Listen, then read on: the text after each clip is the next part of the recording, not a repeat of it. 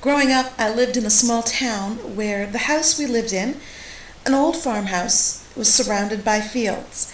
When my parents purchased the house, the town had grown and the farmhouse was actually closer to town than it was back then, so when it originally was built. So it was about now 10 blocks away from town. So it was actually a very large growing town now. Although the farmland had been sold around the house, the lot was still large enough that it could provide enough space for a pool, a swing set, the special family pet cemetery, a picnic table, back porch, a barbecue, a two-story shed, and a vegetable garden almost as wide as our 5-bedroom house.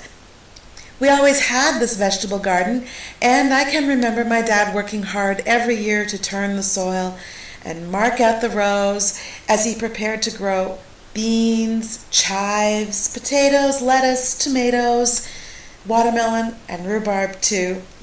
One year he also planted 2 fruit trees, a pear tree and an apple tree.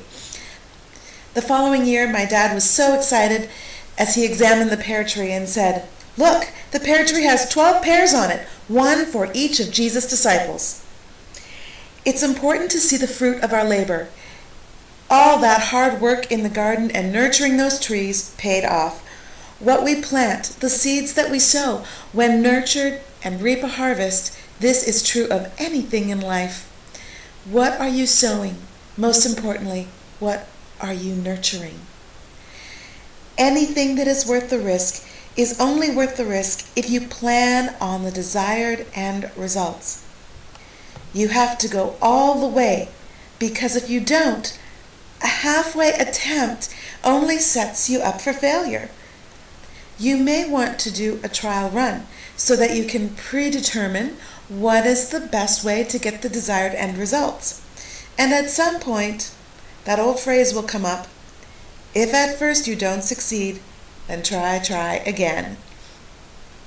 So learn from your mistakes, quickly get back on your feet, believe in yourself and your dream, and try again.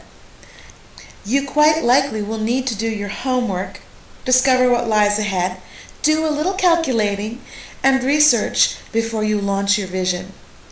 But the first step to success is to write the vision down. Outline the plan, the blueprint of your vision. Now, writing it down is the best way to sort out your thoughts, put your hopes into words that spell out the vision, that eventually culminate into a good work. And then when they're properly nurtured, the seeds that you have sown will bear the fruit of your labor. When you nurture a little, your harvest will yield accordingly. There is one attribute that will ensure your success. The attribute is not money, although that helps. The attribute is not education, although that is an asset. The attribute is not experience, although that can certainly be valuable.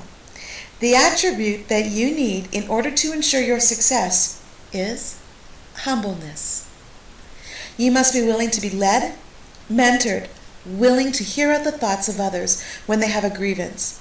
You must be able to take criticism, even when it seems like it's not constructive. You must be willing to serve those that serve you in whatever you do.